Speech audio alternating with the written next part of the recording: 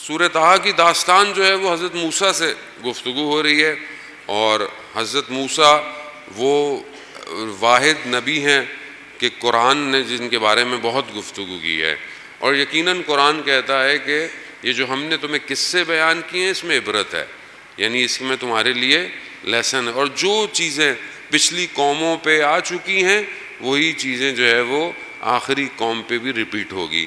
تو اس لیے بنی اسرائیل کا واقعہ بہت زیادہ ہے۔ جو اسپیسیفک حصہ جو آپ کے لیے مجھے خدا نے توفیق دی ہے کہ جس پر ہم گفتگو انشاءاللہ آگے کریں گے، وہ آیت نمبر 39 کا لاسٹ حصہ ہے، کہ جہاں پر پروردگار حضرت موسیٰ سے مخاطب ہے، کہ جہاں پر آیت کے شروع میں پروردگار نے حضرت موسیٰ کو کہا کہ ہم نے تمہاری والدہ کو وحی کی کہ اس کو صندوق میں ڈال دو اور اس کو بھیج دو، اور پھر بہن کو جو تھی وہ دیکھتی رہی کہ یہ صندوق کہاں جا رہا ہے، اور پھر یہ وہاں جا کے رکا نا۔ کتنا خوبصورت کام ہے پروردگار کا۔ میں یہ صرف آپ کی توجہ کے لیے کہ یہ ہمارا ایمان ظاہر ہے، میرا تو میں آپ کی نہیں کہوں گا کمزور ہے۔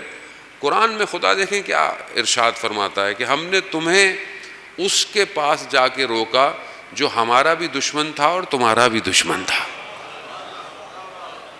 یعنی پروردگار کا کتنا عجیب نظام ہے کہ اپنے بہترین بندے کو، کہ جس کے لیے امت انتظار کر رہی ہے، اس کو وہاں جا کر بھیجا کہ جو خدا کا بھی دشمن تھا، اور حضرت موسیٰ کا تو انتظار کر رہا تھا کہ جو ان کو بتایا گیا تھا کہ بھئی ایک بچہ پیدا ہوگا جو آپ کی حکومت کو الٹ دے گا۔ یہ صرف اگر ادھر بھی رک جائیں تو اشرے ختم نہیں ہونے والے، صرف اتنا رک جائیں کہ جو خدا کی پلاننگ ہے اس پر ایمان رکھنا چاہیے۔ ہم اپنی زندگی میں جو پلاننگیں کرتے ہیں اچھی بات ہے، کیریئر بنائیں، سب کچھ بنائیں، لیکن خدا کا ایک پلان ہے، اور خدا کے پلان کے آگے کوئی پلان نہیں چل سکتا۔ پروردگار نے رسول خدا کو فرمایا کہ یہ جو آپ تیر مار رہے ہیں یا آپ نہیں مار رہے، یہ اصل میں ہم مار رہے ہیں، اور دشمن جتنی پلاننگ کر لے خدا کے آگے، لیکن اس کے لیے قوم کو کوشش ضرور کرنی ہے۔ یہ جو کربلا کی داستان ہے وہ یہی بتانا چاہتی ہے کہ قوم کیا کر رہی تھی اور قوم کو کیا کرنا چاہیے تھا۔ آج ہم نے بھی اسی کو چیک کرنا ہے۔ تو یہ ہماری زندگی میں، ہر طرح کی زندگی میں، معاشی یعنی اکنومیکل لائف، اولاد، بیماری، زندگی کی مشکلات، یہ سب پارٹ آف لائف ہے۔ ہم اس کے اندر جتنی جلدی پریشان ہو جاتے ہیں ہمیں اندازہ نہیں ہوتا کہ خدا ہمارا امتحان لے رہا ہے اصل میں، اور خدا ہر چیز سے اپنے بندے کا امتحان لیتا ہے۔ جس کی جتنی کیپیسٹی ہے خدا اس سے اتنا ہی امتحان لیتا ہے۔ اب اللہ کا ولی، اب آپ حضرت موسیٰ علیہ السلام کا مرتبہ دیکھیں نا کہ کس مقام پر حضرت موسیٰ گئے، کہ انسان تب حیران ہو جاتا ہے کہ کلیم اللہ ہے، اللہ کے ساتھ گفتگو ہو رہی ہے، خدا کی بارگاہ میں جا رہے ہیں کہ موسیٰ اپنے نخل کو، نالین کو اتار دو، وادی ہے اس میں آ گئے ہو۔ مطلب کتنی چیزیں ہیں، ہاتھ ایسا دیا باہر نکلو تو اس کے اندر معجزہ ہے، عصا دیا تو اس کے اندر معجزہ ہے، اور کتنا سارا کام کیا۔ لیکن اس مقام تک جانے کے لیے امتحان بھی اتنا ہی سخت ڈالا کہ ہم تمہیں اپنے دشمن کے پاس بھیج رہے ہیں، اس در پر نہ۔ اب حضرت موسیٰ تو اللہ کے ولی تھے، ان کی تربیت الگ ہے، لیکن قوم جب فرعونیت کے نظام میں پلتی ہے نا تو پھر فرق ہو جاتا ہے۔ یہ جو بنی اسرائیل نے حضرت موسیٰ کو ٹف ٹائم دیا ہے نا، اس کی ایک وجہ یہ تھی کہ قوم فرعونیت کے سسٹم میں پلی تھی۔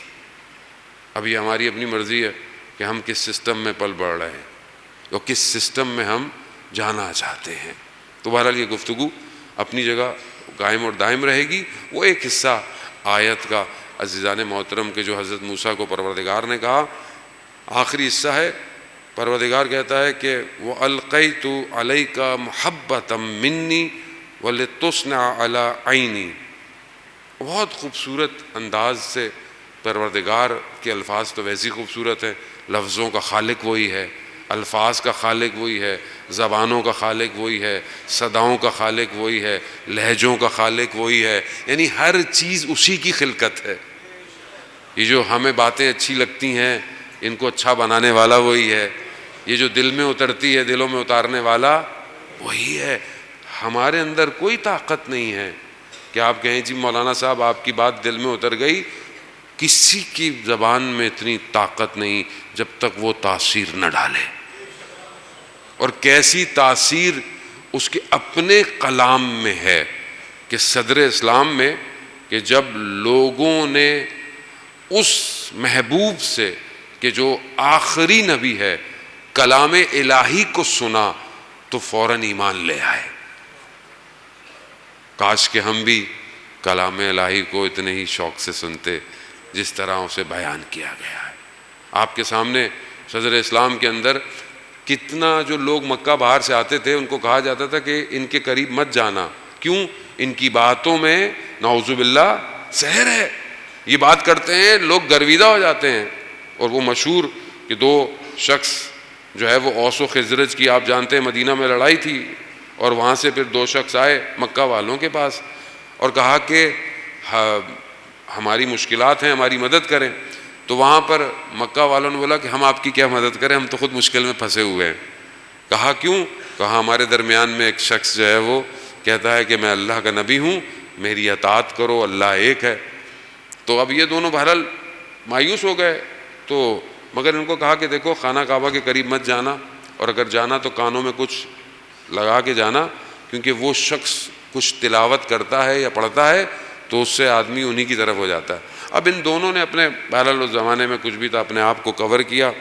انہوں نے دیکھا کہ رسول خدا صلی اللہ علیہ وآلہ وسلم